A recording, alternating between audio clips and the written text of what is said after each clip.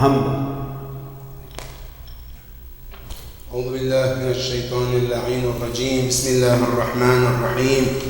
الحمد لله رب العالمين، ثم الصلاة والسلام على أشرف الأنبياء والمرسلين، سيدي وحبيبي ونور قلبي، طب القلوب ودوائها وعافية الأبدان وشفائها ونور الأبصار وضيائها، أبي القاسم محمد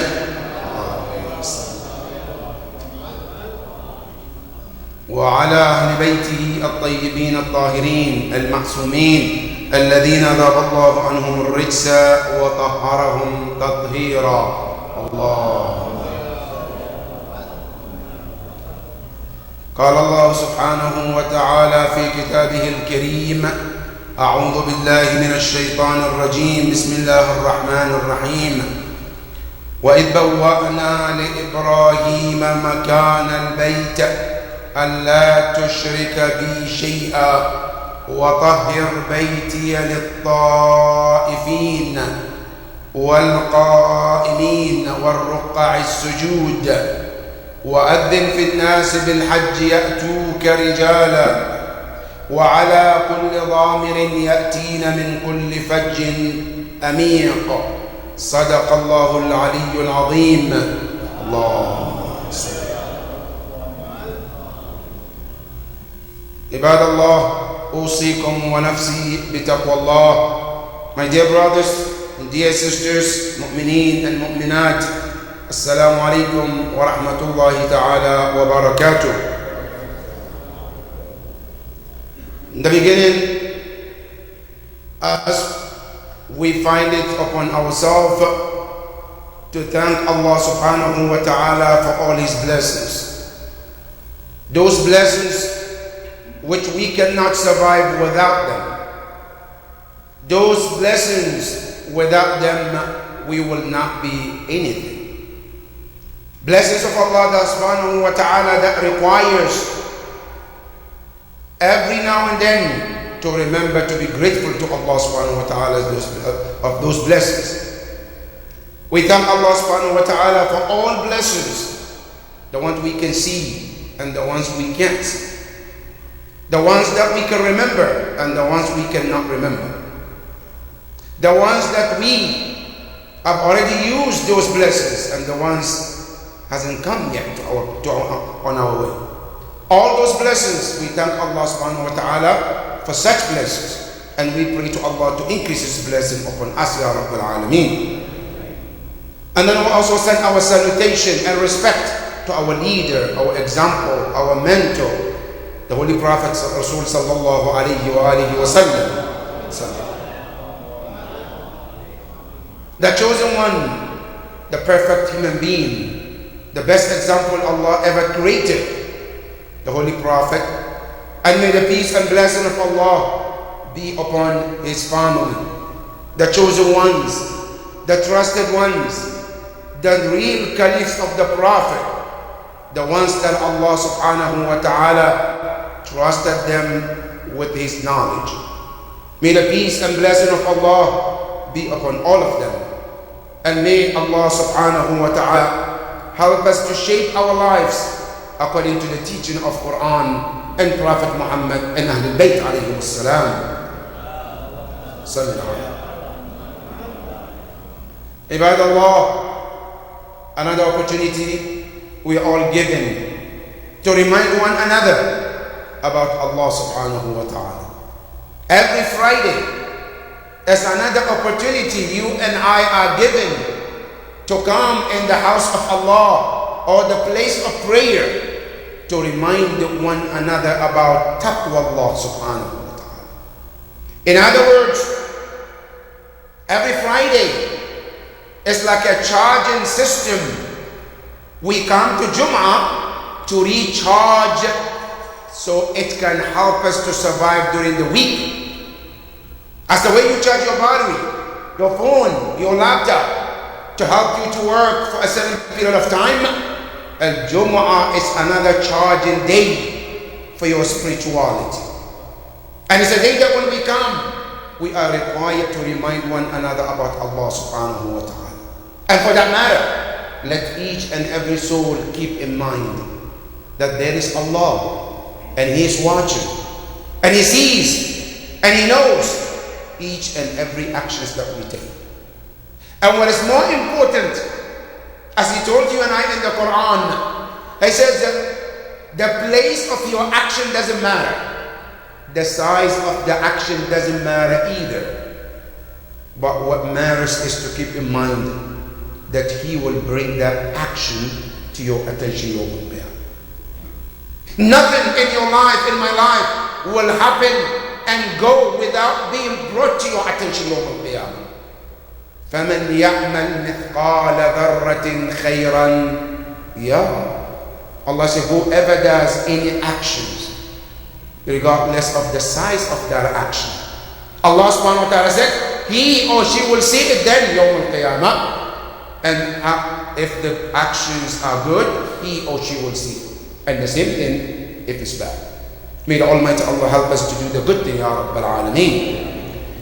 Ibad Allah, my dear brothers and sisters, today our khutbah is about two important being in Islam.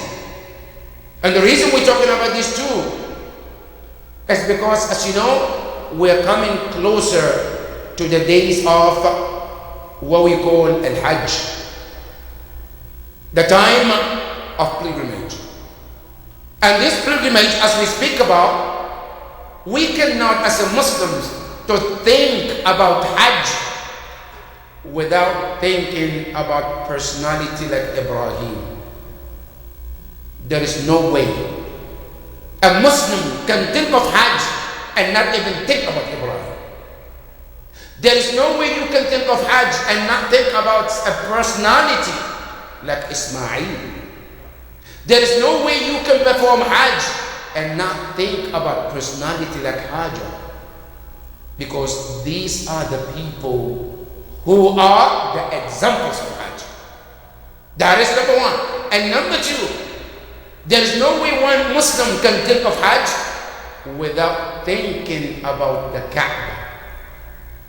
These two things, it's almost impossible for a Muslim to think about Hajj without thinking about them. And because of that, as we coming closer to Hajj, before we talk about Hajj, whether Hajj al-Zahiri or Hajj al-Batini, we want to talk about these two personalities.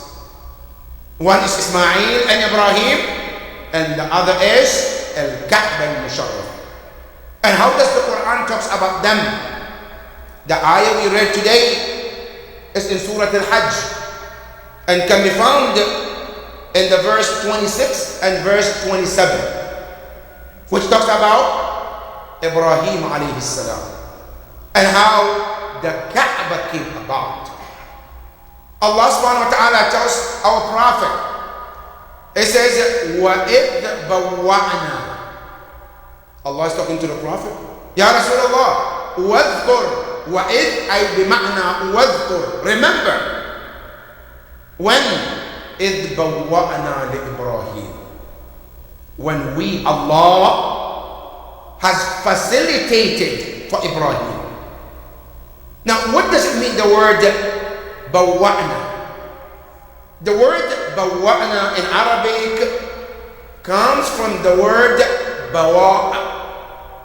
Al-bawa' in Arabic, it means al-ardul musattaha, meaning a flat land where there is no mountains or no anything. It's just a flat land. It's called bawa' in Arabic. Now, the reason Allah talks about the land of Kaaba called bawwa'na, meaning Kaaba at some point was a flat land where Kaaba could not be located. And when was that? According to the Mufassirin, they said after Nuh alayhi salam made that dua and asked Allah to destroy his people, and the flood came about, that flood destroyed everything, including Al-Kaaba. So Kaaba was nowhere to be found. So Allah subhanahu wa ta'ala wanted Ibrahim alayhi salam to do two things. One is to go and locate where the Kaaba is. One. And two, then build the Kaaba as it used to be. Here there is one important message, brothers and sisters. There is a lot of misconception among the Muslims as to who built the Kaaba. There are some Muslims who believe Ibrahim al-Khalil was the one who built the Kaaba. And then there is another notion, which is the truth, that no, Ibrahim was not the first one to build the Kaaba. As a matter of fact, Ibrahim can be considered the second one to build the Kaaba. But who was the first one to build the Kaaba? Adam alayhi salam. Adam alayhi salam was the first one to build the Kaaba when there was no human being on the earth except Adam alayhi salam. And the first house was built on the earth was the Kaaba. That's why in the Quran Allah said, Inna awwala baytin, the first house ever been built is the Kaaba. When there was no house. So the first place to be built on the earth was the Kaaba. Now, it is mentioned that Kaaba has experienced so many things. Sometimes wind, sometimes floods, sometimes a war caused Kaaba to be destroyed one at a time, and it continued throughout history. But after Nuh alayhi salam was the time that the Kaaba was destroyed by the flood, and Allah asked Prophet Ibrahim alayhi salam to go and locate the Kaaba and build the Kaaba. Now what is more important here is, how did Ibrahim locate Kaaba? How did he find it? Now today, you and I, when you are locating somewhere, there is something called GPS. You can locate this easy through GPS. Now at the time of Ibrahim, what was his GPS? How did he find it? Now according to the Tafasir, there are two narrations that said that one way Ibrahim found the Kaaba was a wind Allah sent to uncover the actual pillars of Kaaba. That when he got to Mecca, Ibrahim alayhi salam, he was trying to find out where is the Kaaba, where is the actual building. So suddenly a wind came and cleared the pillars of Kaaba and showed Ibrahim where the Kaaba was supposed to be. And that is how he was able to locate the Kaaba. Now, another narration said no. The way he located the Kaaba was different. And what was the way? They said Allah subhanahu wa ta'ala sent a cloud. The cloud came and was in the form of a shade on a certain location, which was indicating to Ibrahim that under the shade is where the actual location of Kaaba is. And Ibrahim alayhi salam went there, and sure enough, he started to dig, and he found the pillars of Kaaba the way Allah wanted him to. And that's where Ibrahim alayhi salam and his son, they started to build the Kaaba. So when the ayah said, وَإِذْ بَوَّأْنَا لِإِبْرَاهِيمَ مَكَانَ الْبَيْتِ, that we have facilitated for Ibrahim to find the location of the house. But one thing, Allah calls it in the Quran, Kaaba sometimes is called Bayt Allah. Sometimes, Linnas. The house of Allah sometimes, and sometimes a house for humanity. Inna awwala baytin wudi'a linnas. Not inna awwala baytillah. No. Awwala baytin wudi'a linnas. It's like the house of human being. And in some ayahs it says Baytullah, the house of Allah. Now, is it the house of Allah Or is it the house of the human being? Which one? Now, if you look at it, you can think there is some kind of disagreement between the two. But in reality, there is none. According to Ahlul Bayt alayhim salam, they said, what the ayat means, yes, the house, the Kaaba is the house of Allah. There is no doubt. But Allah has let the house to be a place for human being worship. So his house belongs to Allah. It's like you and I. As I go to the house and I say, oh, you can live in there, but you know it's my house. Now, a Kaaba is the house of Allah subhanahu wa ta'ala, but Allah let it to be the place that humanity is going to come and worship Allah subhanahu wa ta'ala. And that is why those two names are there. So Allah subhanahu wa ta'ala said, Ya Ibrahim, after we made you to find the Kaaba, we have responsibilities for you. There are things we want you to do. What is it, Ya Rab? Allah says, أن طهر أن لا تشرك بي شيئا. The first thing that is required from Ibrahim alayhi salam, when you look at the house, is to make sure that when the house is rebuilt, no one is allowed to associate partnership with Allah. One of the worst sins in Islam is shirk. As a matter of fact, some ayahs even said that one of the sins that Allah will not forgive is to associate partner with Allah subhanahu wa ta'ala. One of the worst is to partnership with Allah in ibadah. Whether it be a shirk al-zahir or a shirk al-batin. Whatever the case, a shirk is the worst. But why shirk is the worst of the sin? Now, if I want to give you an example, a practical example, you can understand. And men can even understand even better than sisters. How? Now, you assume a shirk. Why Allah subhanahu wa ta'ala consider as dhulmun? Inna shirka la dhulmun azim. Because you think about it as a brother. You think about it, you find a good sister. You want to marry mu'mina, mashallah. Then you go and you ask the father the hand for the marriage. Then the father tells you, okay, but there are protocols here. What is it? So number one, do you have a house? So no, I have a roommate. So no, you can't marry my daughter and keep her in the house where you live with your roommate. So what should you do? You have to find your own place. Okay. Now you go and you work hard. MashaAllah, day in and day out, you're working. You finally secure a house. I said to the father-in-law, I found a house. I said, okay. Are you done? Say yes. I said, but is the house finished and everything? I said, no. Said, so you can't marry my daughter. Where do you think she's going to stay? Sit on the floor? Sleep? No, you have to finish now. Then you go and you start working harder. Then you finish the house. You put the bed, you put the kitchen, everything. Right? Then you come back, say, okay, the house is ready, the kitchen, the living room, everything. Then he said, okay, but you're still not done though. I said, what is it? He said, but do you have an American passport? No, I have a green card.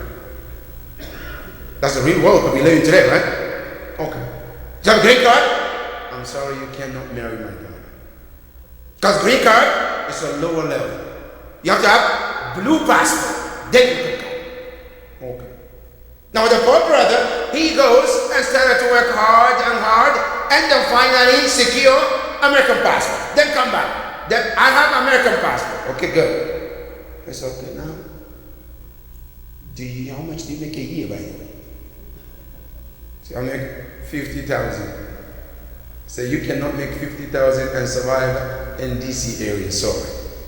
So what should I do? So you have to increase the limit. Good. Now he goes and find another job, going to school, and that's all of that. Secure another job where he makes $100,000. Good. He comes, said, I got the job. Now, alhamdulillah, $100,000 I make. And I'm making this example, my dear brothers. It might look funny, but this is the real world we live in. That is how people treat other mu'mineen when they come to marry their daughters. It's very unfortunate, but that's the world we live in. Now, so what happened? Later on, I said, now it's done. Okay, good. I said, but now, you have to have a dowry. How much do you have mahar for my daughter? I have like $2,000. My daughter is not that cheap, I'm sorry. How much? For example, I want 14,000, for example. Alright? In the name of the Ahlul Bayt. 40 Ma'sumi. Okay. What else? Another gold, 1,400 gold for Ahlul Bayt. Good. Now they put it right in and everything. Is that done? No, it's not done. Now, we have to secure, inshallah, al-idara. You have to pay that too. You have to buy it. You have to pay that. You have to buy chairs, refreshment, food, and all of that. Finally, said, okay, we're done. No, we are not done. Let's find Maulana too. Alright? Good. So, but Maulana, you have to give him hadiyah too, right? Because Maulana doesn't come and do free. He has to give something. Okay. Now, I go through all of these. You secure all of these. You come, they say, zawajtu, kabiltu. You do all of that. Alright? The night you come home, mashallah, I'm getting married after all these ups and downs. And then you walk in your house and you see that woman is with another man. Now, do you understand how shirk it is? Now, you're going to sit there and say, mashallah, yes, let's bring biryani, let's eat the biryani, mashallah. Or you're going to get angry for this act. Now, do you understand where Allah comes from with the shirk? Now, you listen to the Quran. Allah said, ذَرْنِي وَمَنْ خَلَقْتُ وَحِيدًا. He said, I created you alone when there was nobody to help me in your creation. And now only that, وَأَمْدَدْتُ لَهُ مَالًا وَبَنِينَ شُهُودًا ثُمَّ يَطْمَعُ أَنْ أَزِيدَ. I give him all of this. And then after that, I turn to worship somebody else. That is why Allah subhanahu wa ta'ala doesn't accept the shirk. So the first responsibility Allah told Ibrahim is that Allah tushrik bi shay'a. Make sure that when the house is built, no one is allowed to associate partner with Allah subhanahu wa ta'ala. That's number one. Number two, it says, وَطَهِّرْ بَيْتِي, and purify my house. Which purification? What purification are we talking about? Because in Islam, we have al-tahara al-zahiriyya, and then we have tahara al-batiniyya.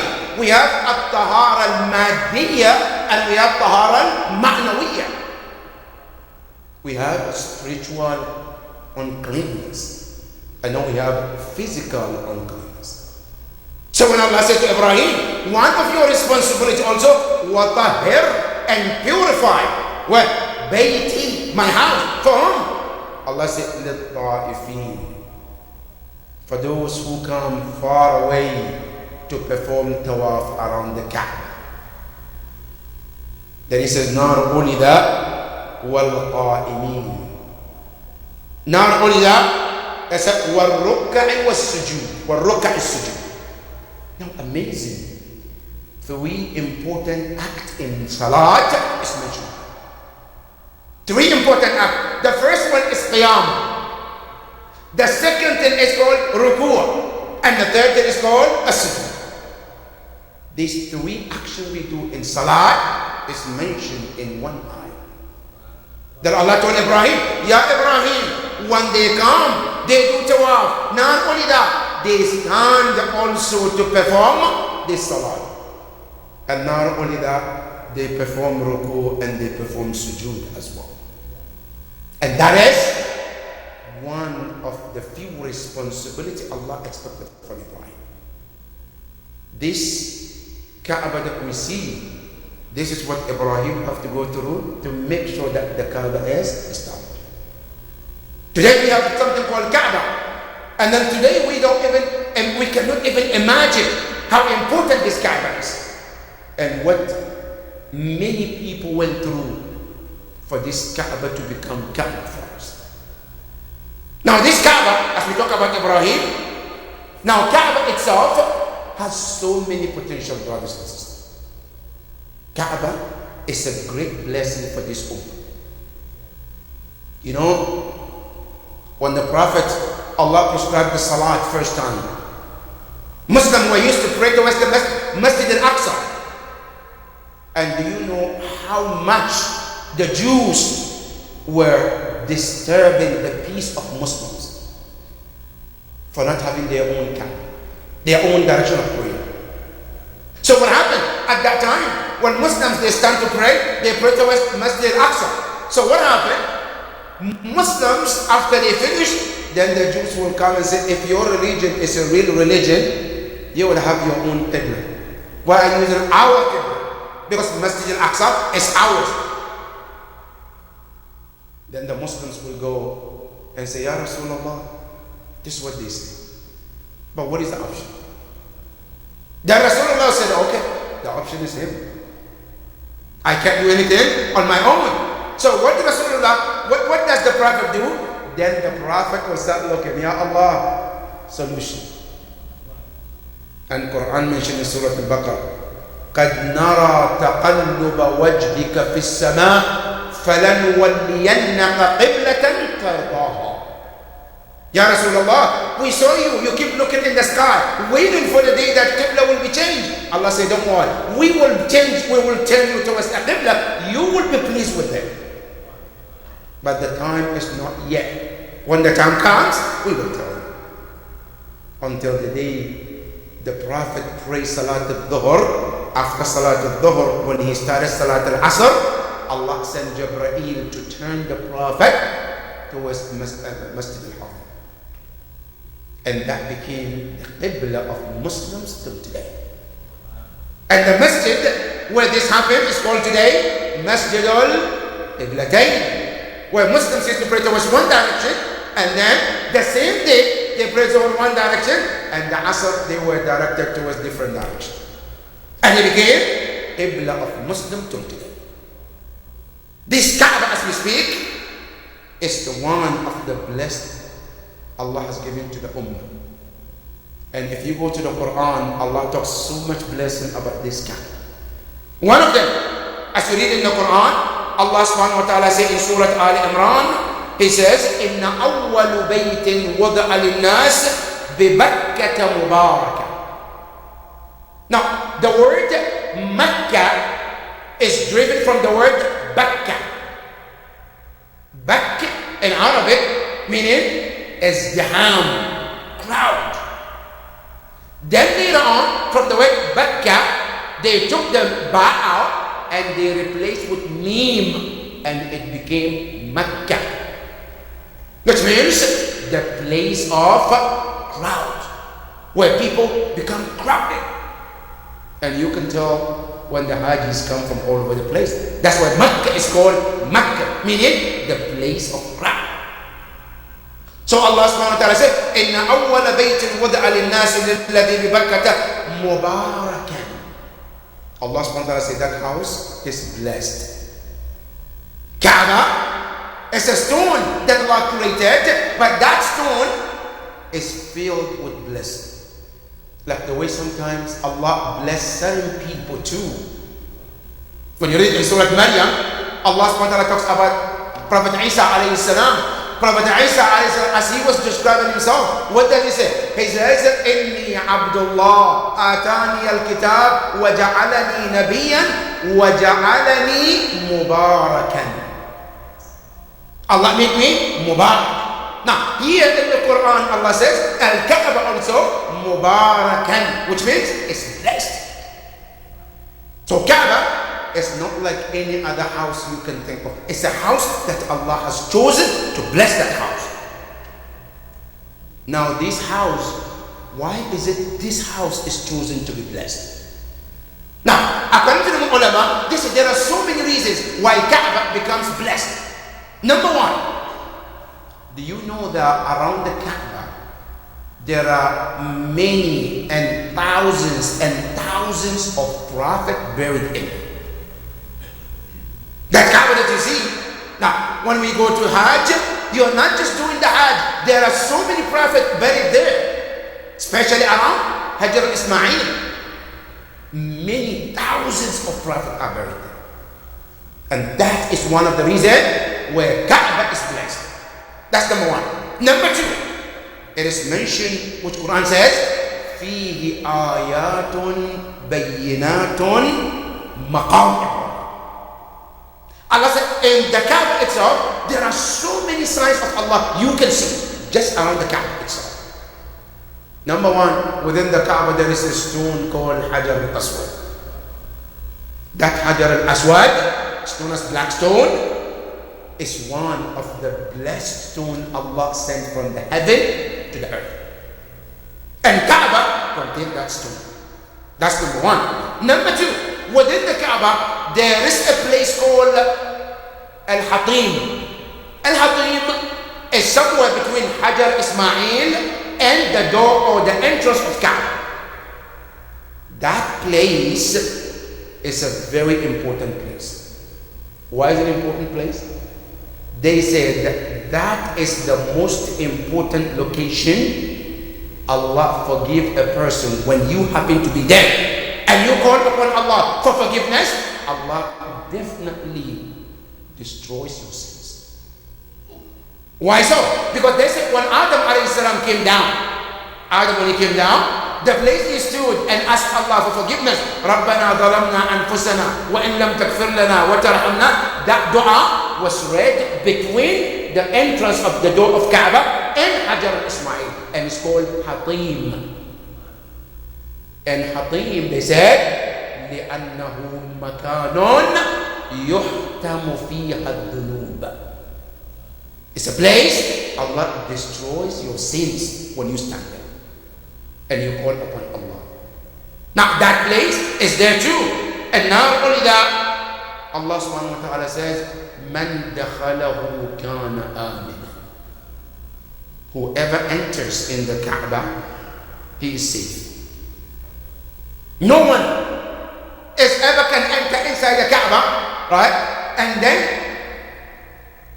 he can be attacked regardless of any crime he or she committed. When a person commits crime and they run into the Kaaba, into the Masjid al-Haram, they are safe because of this ayah. Man dakhalahu. Whoever enters, Allah says, Amen, is safe. And that is why when you are there as a Haji, you cannot kill a bird, you cannot kill an animal, because even animals are safe in that place.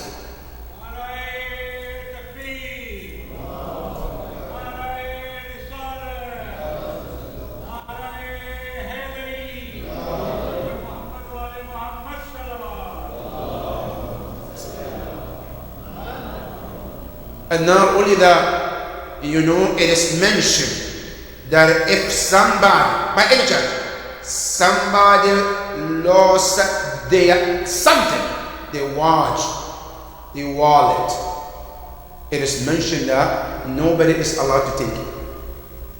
No one. Why? Because it is mentioned that inside the Kaaba is the safest place. And this comes from where? From dua of Ibrahim. After he finished building the Kaaba, he asked Allah, رَبِّ جَعَلْ هَذَا الْبَلَدَ آمِنًا. Oh Allah, let this city to be the securest city in the world. And Allah accepted the dua. So from that day, anybody who enters in the Kaaba, everything is secure. مَنْ دَخَلَهُ كَانَ آمِنًا. Everything is secure in the house. And that is the blessed Kaaba that Allah subhanahu wa ta'ala created. And this is the place when a person goes to perform Hajj or Umrah, it is important to have all of this in mind. To know what is Kaaba, who built the Kaaba, what is around the Kaaba, and what is the significance of this Kaaba. So that way your Hajj or your Umrah becomes very, very meaningful.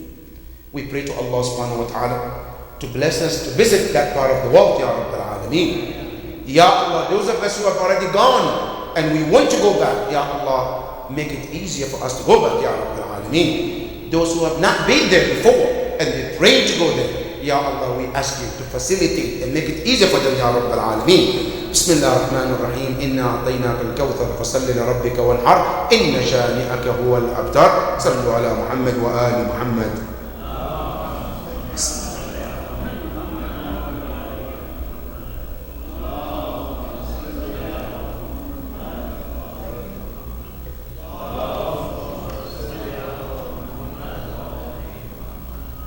بسم الله الرحمن الرحيم الحمد لله رب العالمين والصلاة والسلام على حبيبه المصطفى رسول الله صلى الله عليه وآله.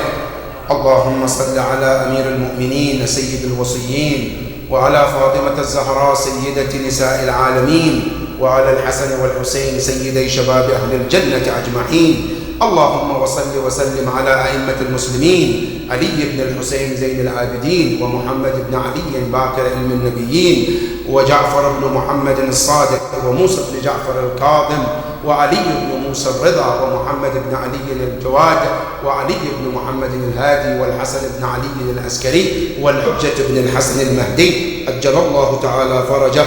اللهم هؤلاء أئمتنا بهم نتولى ومن أعدائهم نتبرأ إلى يوم الدين. اللهم صل على محمد. My dear brothers and sisters, one of the incidents of this week is that the DC area lost one of the great scholars who have been here for so many years and have served Islam and served Ahlul Bayt alayhim salam for many years. Some of you might have known him, some of you might not have known him. And that scholar is known as Allama Abbas Misbahzadeh. He is one of the great scholars who migrated from Iran to this part of the country and has a center in Chantilly known as Ahlul Bayt Center. He has served the center that we know, IEC, for many years. He used to come every Friday night, like tonight, to give tafsir and teachings. And not only that, he was also one of the Muslims and scholars astronomer who wrote his own calendar based on his own knowledge, and also an artist too, the writer. He wrote Quran with his handwriting, du'as with his handwriting, done so much for Islam and Ahlul Bayt alayhim salam. Last week, Friday, he departed from this world. Peace be upon him, and may Almighty Allah unite him with Ahlul Bayt alayhim salam. And humbly request of Surah Al-Mubarakat Al-Fatiha for his soul. Bismillah ar-Rahman ar-Rahim. Alhamdulillah Rabbil Alameen. Ar-Rahman ar-Rahim. Maliki yawmiddin. Iyaka na'budu wa iyaka nasta'een. Ihdina as-sirat al-mustaqim. Sirat al-ladhina an'amta alayhim. غير المغضوب عليهم ولا الضالين. صدق الله العلي العظيم. اللهم صل على محمد. The second incident is about another shooting last night in Alabama. In church, 2 people are killed. The person loses the word to describe these tragedies. Now it's becoming like a norm. It's like every week we expect something like this. And the worst is in the church, where a person is supposed to feel the most securest place, where I enter to watch it, I should feel secure and safe. No, but the shooting happens in that place. And this is not the first time, this is not the second time. But what is the solution, brothers and sisters? Because how long people have to wait and watch this happening over and over? And we mentioned this. And again, the solution is Islam. That is the solution. The solution is spirituality, Islamic teachings, people to learn how to deal with the internal issue. Until then, this problem will not stop. But our prayers and tears goes to the family who lost their loved ones in this tragedy. And may the Almighty Allah protect all humanity, Rabbul Alameen. The third thing also is about the new information that is circling around that a new masjid for gay and lesbians is about to be built in Texas. And now this is circling. The gays are going to have their own masjid. Where? In Texas, mashallah. Now, The first thing we have to understand, in Islam, there is nothing or masjid is ascribed to anybody. When a masjid is ascribed to a person or to any individual other than Allah, then that means it's the wrong masjid. Why? Not because I said, Allah said in the Quran, وَأَنَّ الْمَسَاجِدَ لِلَّهِ. When mosques are built, it's supposed to belong to Allah, and that's it. Nobody else. Yes, you can call Masjid Muhammad. Yes. You can call Masjid Ali. Yes. Because these are people that Allah chose as His representative. So mention their names is mention the name of Allah. But to name a masjid after homosexual people in America and masjid. Okay. You know, really, the world is a place of lesson. As long as you live, you're going to hear so much. You will hear, many of us, we live and saw and heard in New York, other part of the world, where they built a masjid called the female masjid. That masjid is only for female. Okay. Now, another one came after in Germany that, it's the masjid for everyone, but the leader of the masjid, the imam, is a female. Well, sisters and brothers, turn in mind, what? In the name of democracy. Because in Islam, there is no democracy. Islam separates a male from female. So no, our understanding of democracy meaning a man and a woman should stand together and pray together, and women can lead the salah too. This is the version of the Islam they want to sell us. But this is not the version that Allah sent Prophet Muhammad. And this is something, brothers and sisters, we all have to be vigilant about what is happening in the world today.